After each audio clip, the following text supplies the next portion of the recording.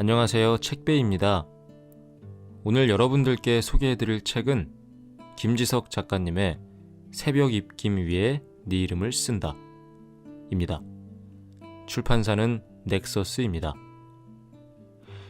김지석 배우님께서 책을 내셨다고 해서 어떤 내용의 책일까 궁금함이 있었는데 마침 출판사 측에서 책의 리뷰 영상을 요청해 주셨고 저희도 감사한 마음으로 책을 지원받아서 영상을 제작하게 됐습니다. 이 책에는 김지석 작가님이 본인의 마음이 힘들었던 시절에 위로를 받았던 시들이 실려 있고 시와 관련한 작가님의 에피소드가 담겨 있습니다. 시에 대한 깊은 해석이 담겨 있는 책은 아니지만 배우 김지석님의 솔직한 이야기와 인간적인 모습을 볼 수 있는 담백한 책입니다. 그리고 국내와 해외의 유명 시들도 많이 실려 있습니다. 저는 좋았던 게 여러 국가의 시를 볼 수 있다 보니까 그 정서의 차이도 느껴지고 각국의 시의 분위기가 다른 게 보여서 정말 신기하더라고요. 아무래도 전 한국인이다 보니까 국내 시들이 더 감성을 자극했던 것 같습니다. 이런 차이를 느껴보시는 것도 이 책을 즐기는 방법 중에 하나가 될 수 있을 것 같아요. 심오한 문장이나 책을 통해서 양식을 쌓으려는 독자분들께는 추천드리지 않고 심적으로 방황하고 있는 혹은 인간 김지석이 궁금하셨던 분들에게는 적극 추천드립니다.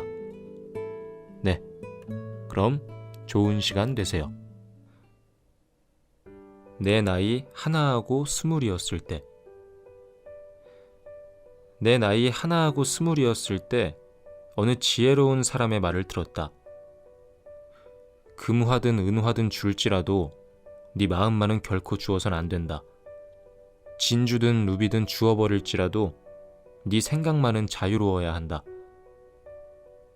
그런데 내 나이 하나하고 스물이었으니 난 귀담아 듣지 않았다. 내 나이 하나하고 스물이었을 때 또 그가 하는 말을 들었다. 가슴속에서 우러나는 마음은 그냥 주어지는 것이 아니다. 많은 한숨으로 값을 치렀고 끝없는 연민으로 드러날 것이다. 이제 내 나이 둘하고 스물이 되니 그것은 진실, 참다운 진실이었다. 영국에서 학교를 다닐 때였다. 학교에서 액팅 레슨이 있었다. 일종의 특별활동이었는데 어떤 이미지를 몸으로 표현하는 수업이었다. 이를테면 노을 지는 연못에 어미 백조와 새끼들이 유유히 지나가는 것을 몸으로 표현해라 는 과제를 받으면 각자 생각한 대로 표현하는 식이다. 쫄쫄이를 입고. 그런데 내 차례가 끝나자 선생님과 친구들이 손뼉을 치면서 엄청 환호해 주었다. 이게 뭐지? 공부를 잘하는 형을 넘어서지 못하는 데에서 오는 열등감으로 힘들어하던 나는 그때 처음으로 약간의 전율을 느꼈다. 내가 이런 데에 소질이 있구나 하는 마음을 처음으로 느껴본 것이다. 그렇게 자아를 발견하고 한국에 돌아와 연극영화과에 지원했다. 1년 동안 연기 수업을 받았지만 떨어졌다. 이보 전진을 위한 일보 후퇴라 생각하고 살짝 방향을 틀어 한국외국어대학교에서 언어를 전공했다. 아버지의 번역 사업에 도움이 될까 싶은 마음에서였다. 그러던 중에 우연히 로드 캐스팅을 받았지만 연기자가 아닌 가수로 활동하게 되었다. 그러나 가수 활동이 순조롭지 않아 막 21살이 되었을 때 활동을 접게 되었다. 연기자가 되려던 꿈이 좌절되고 뜻하지 않게 가수로 데뷔했지만 또다시 실패를 맛본 21살의 나. 앞으로 어떻게 해야 할까? 인생을 어떻게 살아야 할까? 그 무렵에 나는 어떻게든 내 힘으로 일어서기 위해 치열하게 고민했다. 그리고 결국 배우가 되겠다고 결정하고 단역 배우부터 시작했다. 고군분투하는 삶이 시작되었지만 마음은 벅찼다. 내 나이 하나하고 스물이었을 때였다. 널빤지에서 널빤지로. 널빤지에서 널빤지로 걸었다.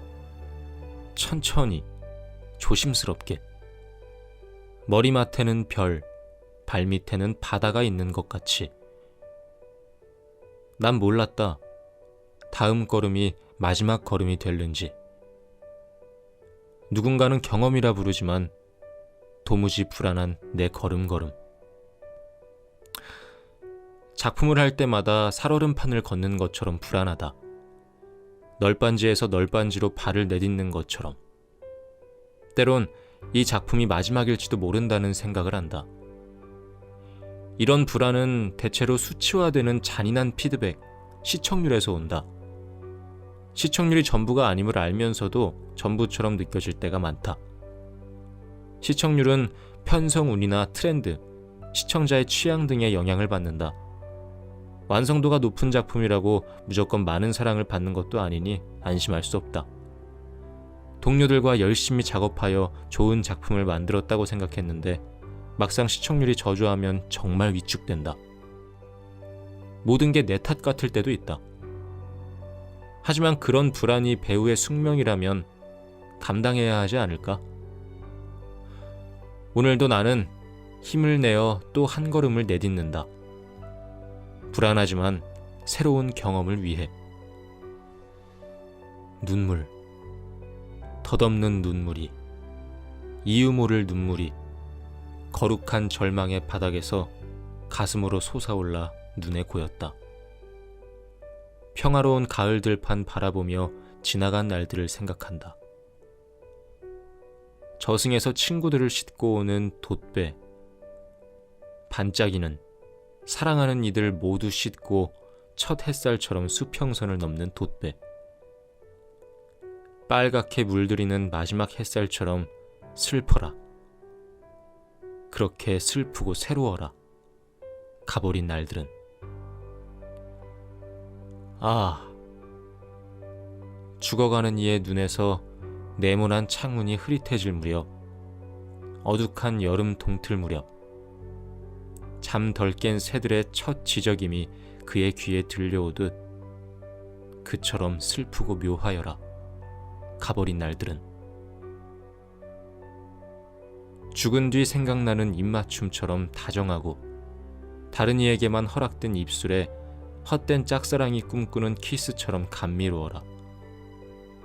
사랑처럼, 첫사랑처럼 깊어라. 오만 가지 후회로 미칠 것 같은, 아, 삶 속의 죽음이라. 가버린 날들은. 눈물, 덧없는 눈물이는 가버린 날들에 대한 아쉬움과 후회가 가득한 시다. 배우로 살면서 제일 후회되는 게 있다면 욕심부리지 않은 것이다.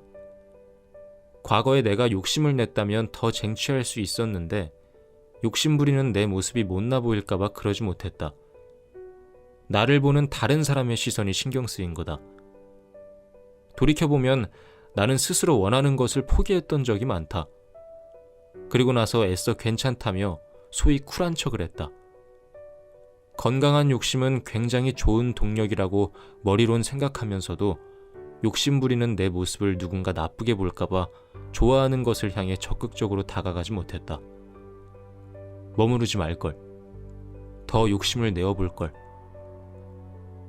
그처럼 슬프고 묘한 것이다. 가버린 날들은. 미라보 다리. 미라보 다리 아래 샌강이 흐르고 우리의 사랑도 흐른다. 나는 기억해야 하나? 기쁨은 항상 슬픔 뒤에 온다는 것을. 밤이 되고 종이 울린다. 세월은 가고 나는 남았다. 서로 손을 잡고 얼굴을 마주보고 우리의 팔이 만든 다리 아래로 영원한 눈길에 지친 물결이 인다. 밤이 오고 종이 울린다. 세월은 가고 나는 남았다. 사랑이 간다. 흐르는 강물처럼. 사랑이 떠나간다.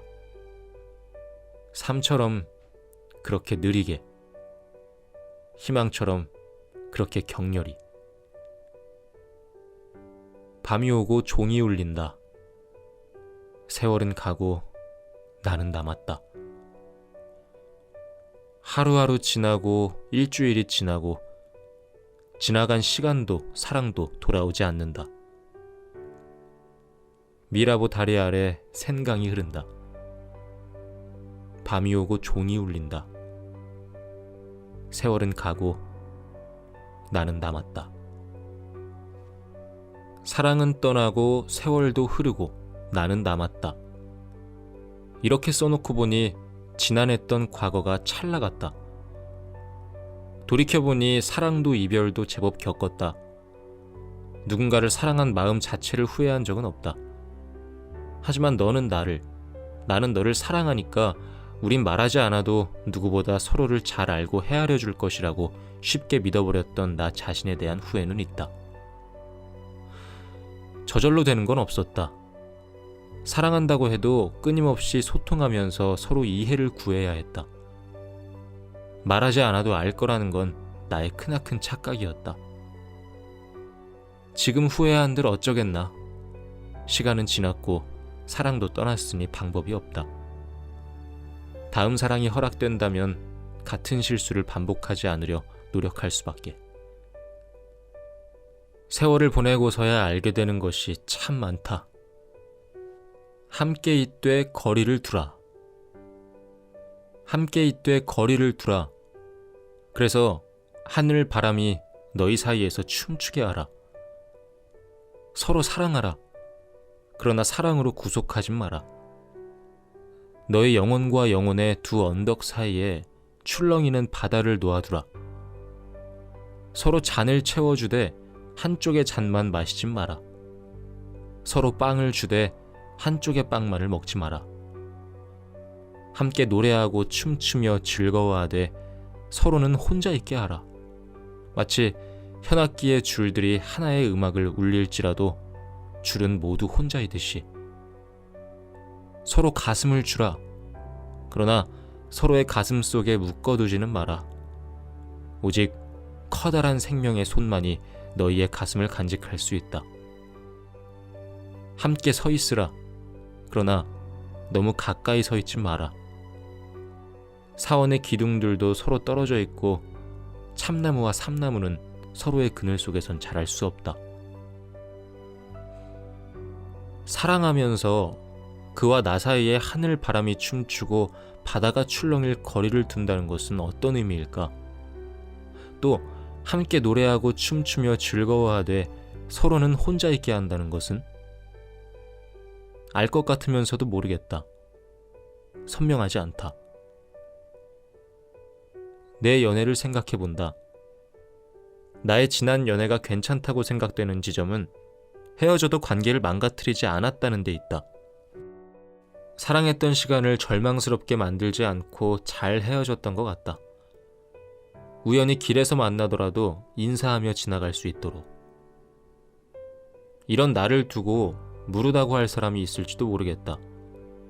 그러나 내게 사랑은 너무 소중하기 때문에 헤어진다고 사랑했던 시간을 없던 일로 만들고 싶지 않다. 아픈 사랑도 물론이다. 모든 사랑이 나를 성장시켰다. 마리에게 보내는 소네트. 한 다발 엮어 보내는 이 꽃들. 지금은 활짝 피었지만 내일은 덧없이 지겠지. 그대 잊지 말아요. 꽃처럼 어여쁜 그대도 세월이 지나면 시들고 덧없이 지겠죠. 꽃처럼. 세월이 가고 세월이 가고 우리도 가고 흘러서 가고 세월이 가고 흙 속에 묻히리. 애끌턴 사랑도 죽은 뒤에는 속삭일 사람이 사라지리니 지금 사랑하기로 해요. 나의 꽃 그대여. 인생은 모두가 함께하는 여행이다. 매일매일 사는 동안 우리가 할 수 있는 건 최선을 다해 이 멋진 인생을 만끽하는 것이다. 영화 어바웃 타임에 나온 대사다. 나는 만끽한다라는 말을 좋아한다. 좋다 혹은 즐기다와는 다른 느낌이다. 마치 밥을 한 톨 한 톨 맛보는 어감이랄까? 아직은 좀 부족하다는 생각이 든다. 제대로 만끽할 줄 아는 사람이 되고 싶다. 누군가는 호화로운 여행에서, 누군가는 한적한 바닷가에서, 또 누군가는 꽃이 피는 풍경에서 인생을 만끽한다. 그럼 나는 무엇에서 인생을 만끽하고 있나? 이 물음을 나 자신에게 계속 던지며 찾을 것이다. 지나가는 세월을 후회하기보다는 오히려 만끽하게 만드는 멋진 순간들을. 청춘. 청춘이란 인생의 어떤 한 시기가 아니라 마음가짐을 뜻한다. 장밋빛 볼, 붉은 입술, 부드러운 무릎이 아니라 풍부한 상상력과 왕성한 감수성과 의지력, 인생의 깊은 샘에서 솟아나는 신선함을 뜻한다. 청춘이란 두려움을 물리치는 용기, 안이함을 뿌리치는 모험심, 그 탁월한 정신력을 뜻한다. 때론 20살 청년보다 60살 노인이 더 청춘일 수 있다. 누구나 세월만으로 늙어가지 않고 이상을 잃어버릴 때 늙어가나니. 세월은 살갗에 주름을 늘리지만 열정을 가진 마음을 시들게 하진 못하지. 근심과 두려움, 자신감을 잃는 것이 우리 기백을 죽이고 마음을 시들게 하네. 그대가 젊어 있는 한 60이건 16이건 가슴 속에는 경이로움을 향한 동경과 아이처럼 왕성한 탐구심과 인생에서 기쁨을 얻고자 하는 열망이 있는 법. 그대와 나의 가슴 속에는 이심전심의 안테나가 있어 사람들과 신으로부터 아름다움과 희망, 기쁨, 용기, 힘이라는 영감을 받는 한 언제까지나 청춘일 수 있네. 영감이 끊기고 정신이 냉소의 눈에 덮이고 비탄의 얼음에 갇힐 때 그대는 20살이라도 늙은이가 되네. 그러나 머리를 높이 들고 희망의 물결을 붙잡는 한 그대는 80살이어도 늘 푸른 청춘이네. 사무엘 울만이 78살 때 쓴 이 작품은 우리 아버지가 좋아하는 시이기도 하다. 젊은 시절 창업해 오랫동안 사업을 하던 아버지는 40대 초반에 뜬금없이 경영에서 손을 떼고 온 가족을 데리고 영국으로 공부하러 가셨다. 귀국 후 50살이 넘은 나이에 경영대학원과 신학대학원에서 공부를 하셨다. 심지어 70이 된 지금도 서울사이버대학교에 편입하여 공부하고 계신다. 나는 아버지를 통해 청춘의 의미가 신체적인 젊음보다는 정신적인 태도에 있음을 배웠다. 이 청춘이라는 시에 영향을 받은 사람은 우리 아버지만이 아니다. 일본에서 경영의 신 혹은 인간 경영의 창시자로 불리는 마스시타 고노스케는 자서전 영원한 청춘에서 가난했고 배우지 못했고 병치레가 잦았지만 그 모든 것이 오히려 성공의 디딤돌이 되었다고 고백한 적이 있다. 그는 육체의 노화는 피할 수 없더라도 정신적으로는 항상 젊게 살고 싶어 청춘이라는 글자를 손수 붓으로 써서 액자에 담았다.